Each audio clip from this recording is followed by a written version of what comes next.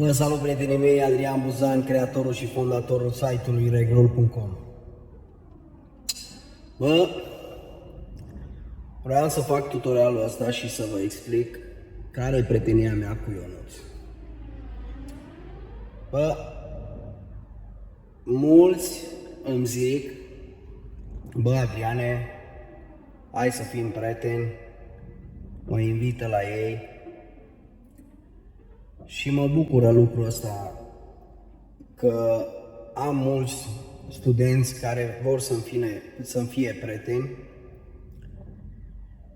și e un lucru bun, mai ales că suntem în aceeași gașcă să batem ruletele.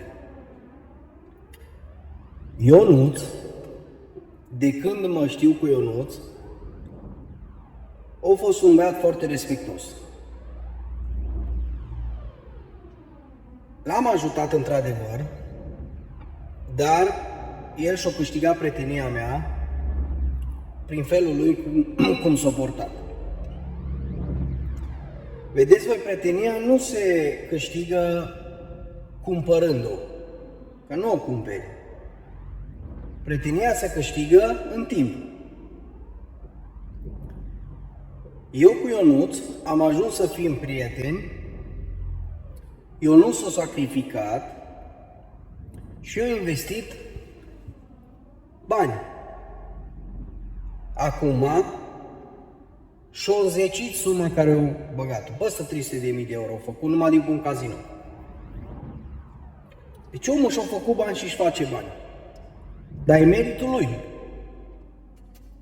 E meritul lui că o știu cum să vorbească, o știu cum să se comporte și după cum am zis, prietenia nu se cumpără, se câștigă în timp. El a fost, el a fost amabil și asta i-a adus prietenia mea. Eu nu am mulți prieteni și cei mai buni prieteni al mei îs buzunarul stâng și buzunarul drept. Dar putem ajunge prieteni. Aia e important, că putem ajunge prieteni. Totuși, să încercați să înțelegeți că nu îmi puteți cumpăra prietenia. Prietenia nu se cumpără, cum nici eu nu pot cumpăra la cineva prietenia. Prietenia se câștigă în timp. Ionuț vine la mine, vorbim despre lucruri care nu le vorbește nici acasă, în familia lui. Suntem prieteni. Dar Ionuț a investit bani. Ionuț stădea cu pixul în mână și își nota ceea ce e de făcut. Un lucru foarte important cu voi când sunteți studenții mei, să vă văd cu pixul în mână, că vă notați. Pentru că 18 ani de informație nu ai cum să-i înțelegi într-un telefon, video call sau ceva. Tu trebuie să-ți notezi. Și asta e un lucru important, ca tu să-ți notezi ceea ce eu zic. Ca să nu devii frustrant sau ipocrit sau enervant să-mi zici același lucru de 10 ori. Trebuie să iei pixul și să notezi. Asta e un lucru important dacă vrei să înveți ceva. Orice ai învăța, trebuie să faci în așa fel încât să îți dedici timpul și să-ți notezi ceea ce te sfătuiesc să faci. Într-adevăr, când ajungi să faci bani, zici, Adriane, nu l-aș da punturi nici pe 20.000 de euro, cât e de tare. 5.000 de euro am ales un preț acceptabil pentru fiecare. Pentru că nu-i nici prea mult, nici prea puțin. Îi un preț acceptabil. 5.000 de euro e un preț acceptabil. Pentru că eu nu te învăț să hămălești în construcții pe 1.500 de euro, 2.000 de euro salariu. Eu te învăț să-ți faci minim 3.000 de euro lunar toată viața. Acum am făcut niște videouri în care am arătat niște extrase făcute din istoricul lui Ionuț 50.000 de roni extrași de pe cazinouri românești, 20.000 de roni extrași, 30.000 de roni. Eu nu joacă și în euro, și în lire sterline, și în roni. Ia gândiți-vă că orice sumă ar fi 50.000 de roni, putea fi 50.000 de euro, care e de 4 ori mai mare sumă.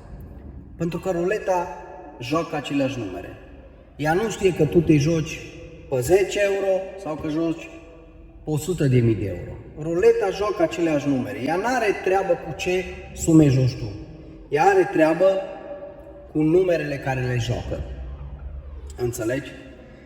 Tu trebuie să știi că sunt 37 de numere la ruletă și trebuie să știi când și ce numere să pariezi. Aia te învăț eu. Fac lucrul ăsta pentru că eu am găsit secretul, deci eu pot să fac ce vreau cu el.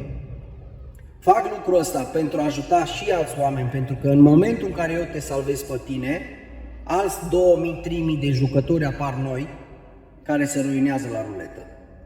Deci, într-un final, oricât aș încerca să salvez, de 1000 de ori mai mulți vin care pierd. Acum mă uitam cu Ionuț pe un casino, l-a amânat 8 zile să-i dea banii. 8 zile. Niciodată nu mai fost așa.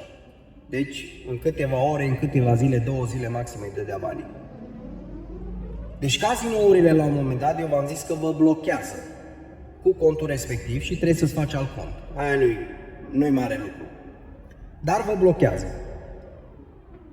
Multe nu vă blochează, dar vă amână cu banii. Vă dau mai târziu banii, după ce ați scos câteva zeci de mii, 50.000, 60.000 de unități, roni, euro.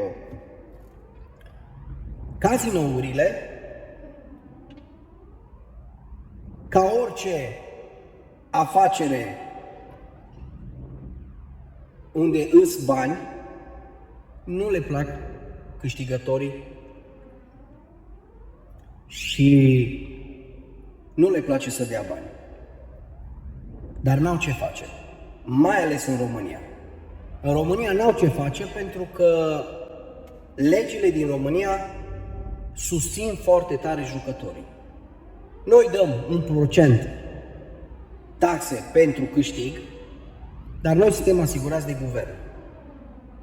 Eu știu ce să vorbesc, am mai zis-o lucrul ăsta, știu ce să vorbesc ca să ne dea banii și oricâți bani ai de scos din casino, cu secretele mele, îți vor da banii, chiar dacă după aia te vor bloca, dar îți vor da banii. Îți urez succes și contactează-mă dacă vrei să faci bani din ruletă. Pa, pa!